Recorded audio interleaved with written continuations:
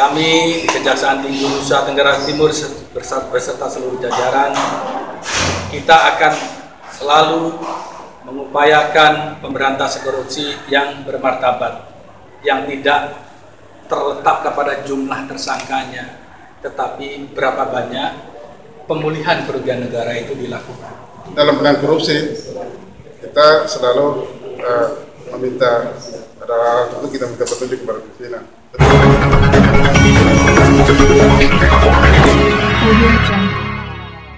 Pemirsa yang budiman di mana saja Anda berada, terima kasih telah mengunjungi channel Suara Fakta Hukum. Jangan lupa like, subscribe, dan komentar. Untuk mewujudkan zona integritas dan zona anti korupsi di wilayah hukum Kejati Nusa Tenggara Timur, Kejati Nusa Tenggara Timur Dr. Julianto Esa MH ternyata tidak main-main dalam menangani setiap kasus korupsi. Bahkan Kejati akan menahan para jaksa apabila diketahui menerima gratifikasi dalam bentuk apapun, diantaranya suap dari pihak pemerintah maupun swasta. Hal tersebut disampaikan Kejati saat melaksanakan rakerda bertempat di Kejaksaan Tinggi Nusa Tenggara Timur yang dihadiri oleh seluruh Kejari se-Nusa Tenggara Timur pada hari Senin 13 Desember 2021. Selain itu, Julianto juga menyampaikan rasa bangga terhadap hasil kerja yang telah diraih oleh Kejari Timur Tengah Utara dalam hal menangani kasus korupsi di Kabupaten TTU. Pantauan Suara Fakta Hukum, kegiatan rakerda diisi dengan penyerahan piagam penghargaan oleh Kejati Nusa Tenggara Timur kepada Kejari berprestasi, yakni Kejari TTU, Kejari Sumba Timur, Kejari Flores Timur, Kajab-Jari Waiwarang, dan Kejari Ngada berjalan sukses. Silakan. Pak Kejati mungkin bisa jelaskan sedikit soal pemberian penghargaan hari ini kepada beberapa Kejari, mungkin dasar pemberian penghargaannya juga sekalian. Oke, terima kasih. Pertama, rekan-rekan pers dan media yang saya cintai dan saya banggakan, terima kasih atas kehadirannya. Pertama, hari ini memenuhi pola manajemen yang sudah kami terapkan di Kejaksaan Tinggi Nusa Tenggara Timur, yaitu reward and punishment. Nah, sebagaimana kita ketahui bersama bahwa anak saya, Robert, ini Kejari TTU mendapat peringkat nasional nomor 1.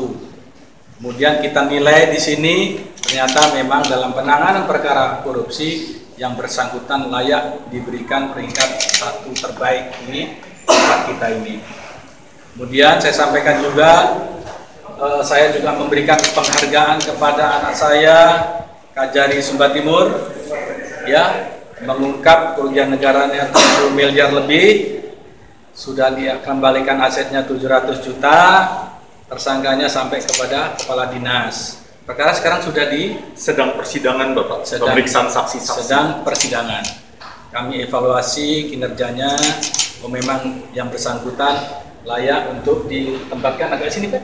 Agak ditingkatkan menjadi Kepala Kejaksaan Negeri peringkat kedua penanganan tindak pidana korupsi terbaik di wilayah NTT. Kemudian saya juga mengevaluasi kinerja Kepala Kejaksaan Negeri Flores Timur. Penanganan perkaranya juga sangat luar biasa, kerugian negaranya juga miliaran, ya. Tapi kan kita lihat subjek deliknya, rupanya subjek delik dia lebih bagus, maka yang bersangkutan kita peringkatkan ketiga secara wilayah Nusa Tenggara Timur. Tentunya ada tim yang menilai dan saya memutuskan, saya setuju dengan penilaian itu. Di samping lain, ya, saya sampaikan bahwa kinerja itu kan selalu berbasis dengan anggaran, itu visi yang kami canangkan. Ternyata, alhamdulillah, Kejari Flores Timur kita tempatkan, Flores Timur ya, kita tempatkan sebagai Kepala Kejaksaan Negeri yang penyerapan anggarannya itu luar biasa, terbaik. Sehingga kita letakkan di penyerapan anggaran Kejari Flores Timur peringkat 1. Peringkat 2-nya saya nggak nyangka, bukan kejaksaan malah Kajab-Jari di Riau, di Waiwarang. Dan alhamdulillah Flores Timur juga. Saya pernah berkunjung ke ke Waiwarang. Sayalah Kejati pertama di NTT ini yang sudah keliling, bukan hanya kepada Kejari tetapi juga Kajab-Jari. Dan yang ketiga, saya apresiasi penyerapan anggaran yang bagus juga adalah dari Kejaksaan Negeri Ngada. Ini luar biasa, karena penyerapan itu, kinerja itu harus berbasis anggaran. Oke, saudara-saudara insan pers, kami di Kejaksaan Tinggi Nusa Tenggara Timur beserta seluruh jajaran, kita akan selalu mengupayakan pemberantasan korupsi yang bermartabat, yang tidak terletak kepada jumlah tersangkanya, tetapi berapa banyak pemulihan kerugian negara itu dilakukan. Contoh saja, Kejaksaan Tinggi Nusa Tenggara Timur kemarin itu baru menetapkan Pak Meda sebagai tersangka. Ya toh? Tapi kenapa saya terapkan di bulan Desember? Karena sebenarnya kalau di dalam penilaian kita tidak masuk. Harusnya itu dimasukkan di bulan Januari. Begitu Pak Robert ya. Tapi karena kami ini tidak mengejar peringkat, kita mengejar asas, yaitu peradilan cepat, sederhana, biaya ringan. Ya, kalau memang sudah cukup alat bukti, maka kita segera tetapkan tersangka dan segera dilimpahkan ke pengadilan. Seperti itu. Ada banyak yang tanya, Pak, kenapa panitiaannya tidak menjadi tersangka?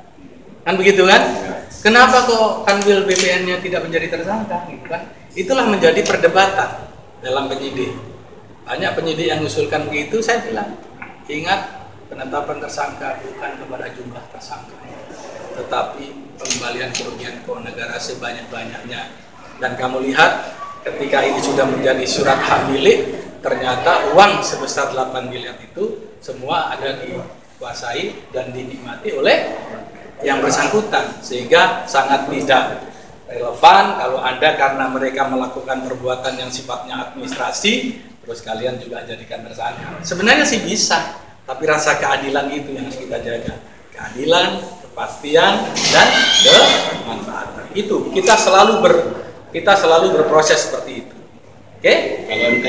Makanya saya bilang kita khawatir kerugian negara nanti menjadi business judgment rule.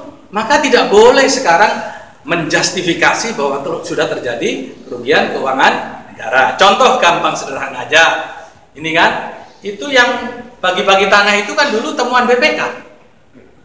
Ya enggak? Ayo. Ya kan? Ternyata begitu disidangkan, akhirnya beda pandangan. Ya?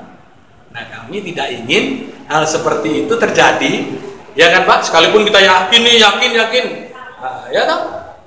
Tapi ternyata di belakangnya ternyata kayak gitu. Nah, saya nggak mau. Maka proses penyelidikannya harus matang, dikelola dengan baik. Nanti akan terbuka. Kalau umpama ternyata harus dihentikan, terbuka, saya undang kalian. Ini loh, kita udah usaha tahapannya seperti ini, tapi hasilnya seperti ini. Tapi kalau ketemu yang ini tadi, ya Pak Hakim, saya akan sampaikan kepada kalian. Begitu aja.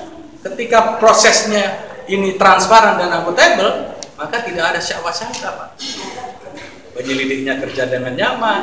Kan banyak ini penyelidikan yang sedang berjalan. Oke? Seperti itu? Sehingga sistem dibentuk nih. Sistem bentuk anti korupsinya dibentuk. Begitu.